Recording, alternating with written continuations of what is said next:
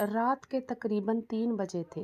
मैं अपने बिस्तर से आहिस्ता से उठा और दबे पाँव मौसी जी के कमरे की तरफ बढ़ा। मैंने चुपके से मौसी जी के कमरे का दरवाज़ा खोला और अंदर दाखिल हो गया। मौसी जी नींद में थी। मैंने अंदर कदम रखा ही था कि अचानक मेरा पैर मौसी जी के साइड वाली टेबल से टकराया, तो उसके ऊपर पड़ा पानी का जग अचानक नीचे गिरा और टूट गया। मौसी जी हड़बड़ाकर उठी और चिल्लाने लगी। मैं घबराकर वहाँ से पलटा, उससे पहले कि बाकी घरवाले जाग जाते। मैं अपने कमरे की तरफ भागा। शुक्र था कि रात में मौसी जी मुझे पहचान नहीं पाई थी, वरना मेरी क्या इज्जत रह जाती। मैं जो काम करने जा रहा था किसी को गुमान भी नहीं था। मैं पंजाब के एक छोटे से गांव में रहता था। माँ बाप का बहुत लाडला था। हम 7 भाई थे। हमारी कोई बहन नहीं थी। मैं सबसे छोटा था। मेरी बचपन से ही आदत थी, जहाँ भी जाता कोई ना कोई कारनामा करके आता। मगर बहुत सी शिकायतों के बावजूद भी मेरे माँ बाप ने मुझे कभी कुछ नहीं कहा।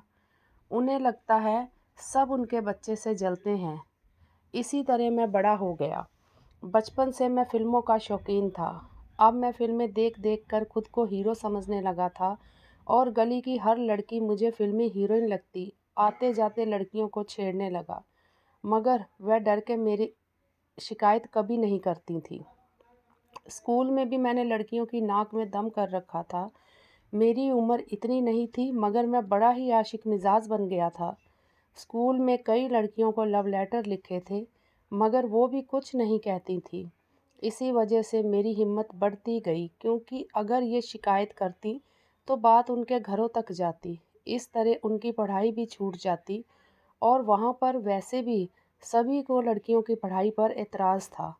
मैं और मेरे 2 दोस्त साथ ही लड़कियों को मिलकर तंग करते थे। एक दिन मैंने देखा एक लड़की अपनी सहेलियों के साथ हँसती हुई जा रही थी। उसे देखकर मैं हैरान रह गया। वह बहुत खूबसूरत थी। मैंने उसका पीछा किया। वह हमारी पिछली गली में शायद किसी के घर जा रही थी।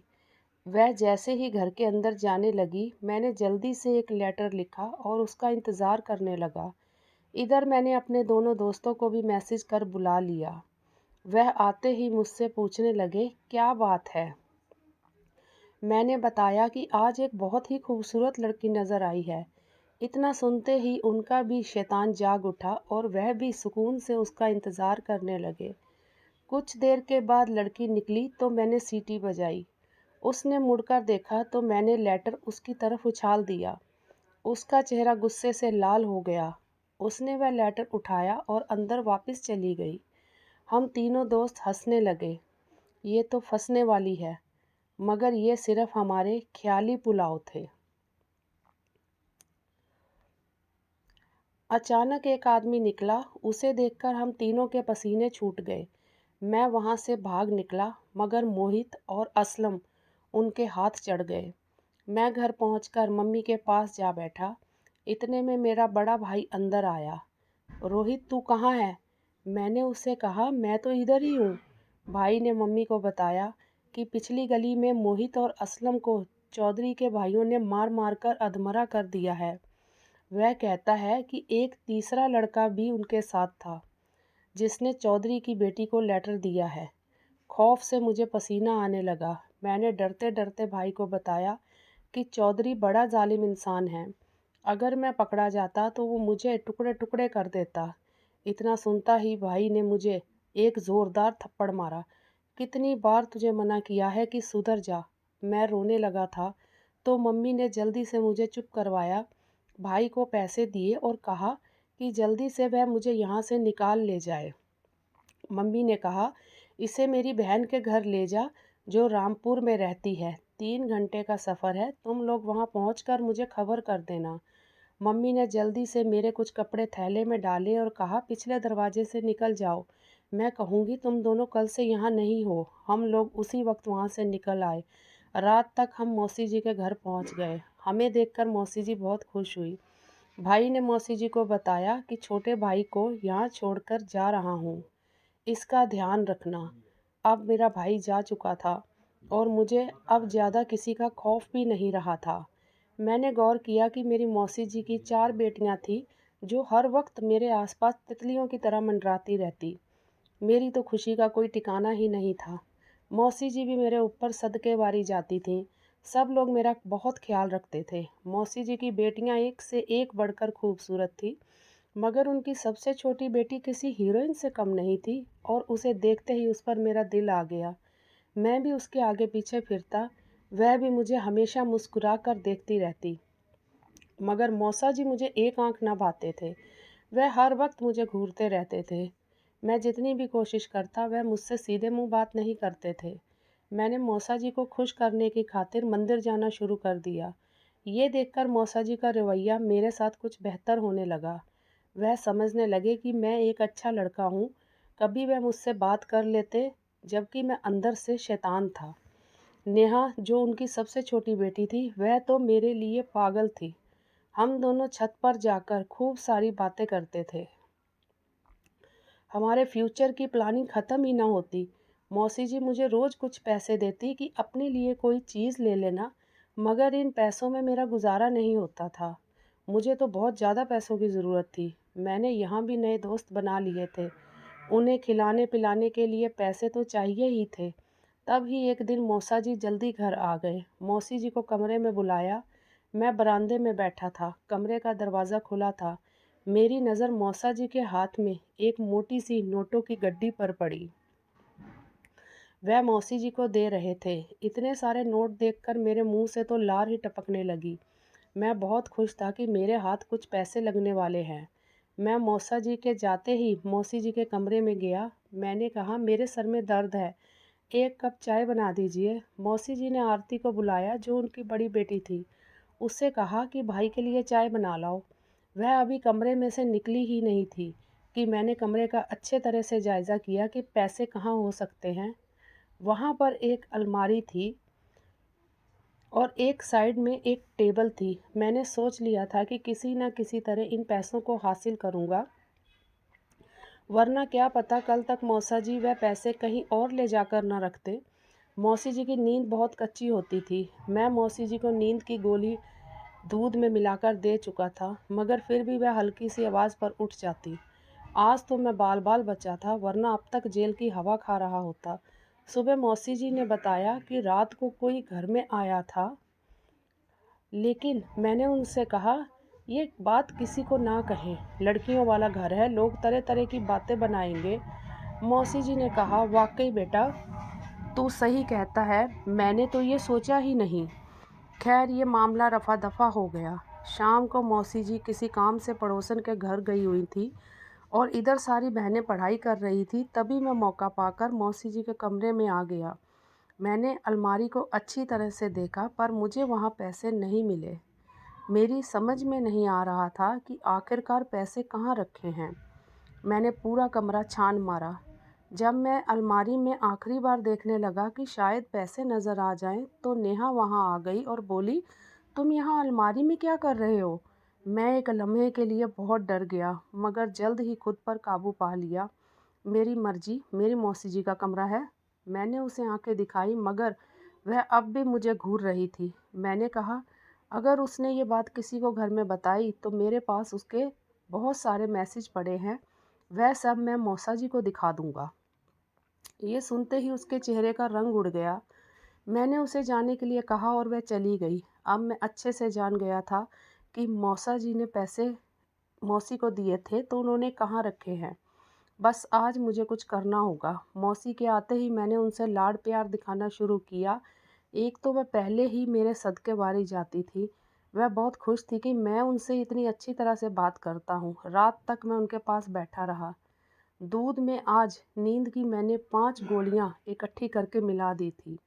मेरे सामने ही उन्होंने गिलास खाली कर दिया। मैं उन्हें कहता कि मेरे दोस्त गांव से बिना मिलावट का बेहतरीन दूध लाते हैं। मैं तो ये समझकर आपके लिए लाता हूँ कि आपके जोड़ों में दर्द रहता है।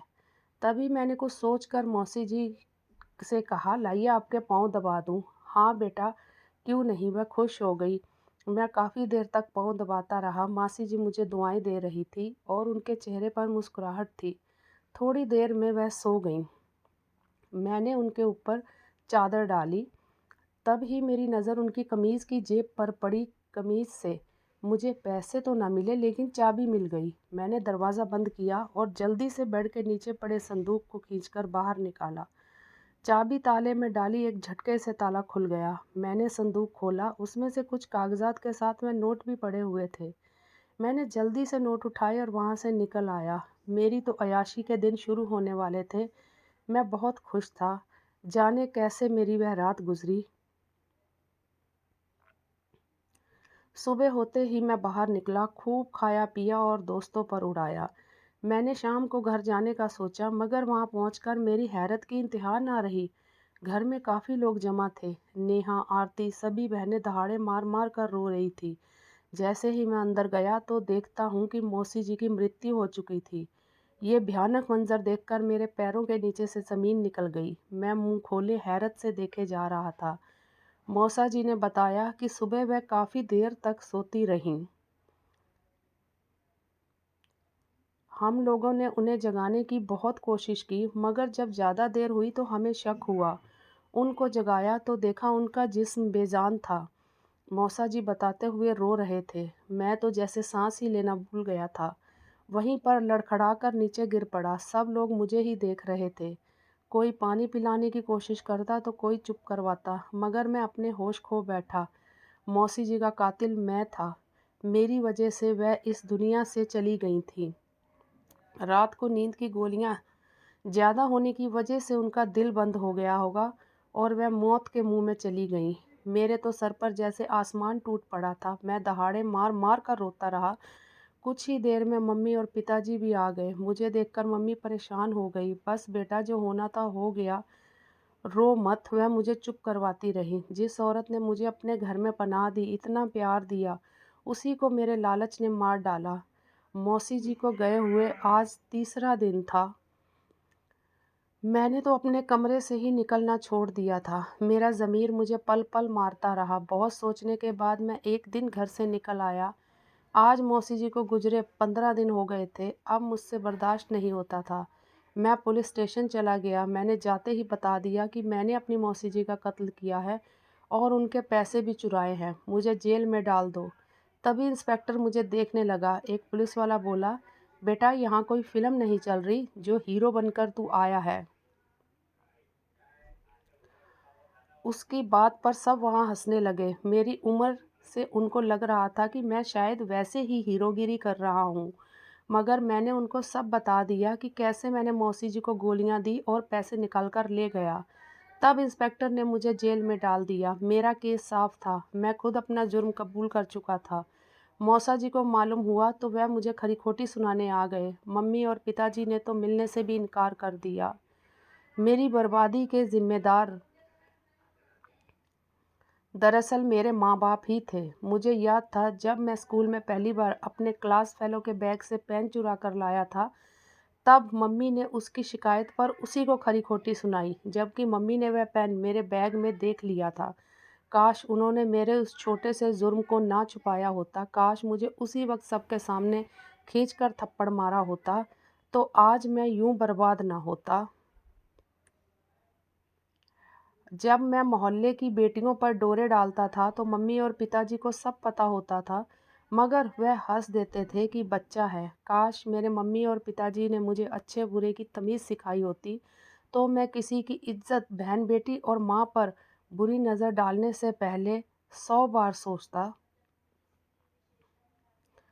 ये कहानी आपको कैसी लगी हमें कमेंट करके ज़रूर बताएं। वीडियो को लाइक कर दीजिए और इसी तरह की कहानियाँ लगातार सुनने के लिए इस चैनल को सब्सक्राइब कीजिए। साथ ही घंटी को दबाकर ऑल पर सेट कर लीजिए ताकि आने वाली वीडियो का नोटिफिकेशन आपके पास पहुंच सके।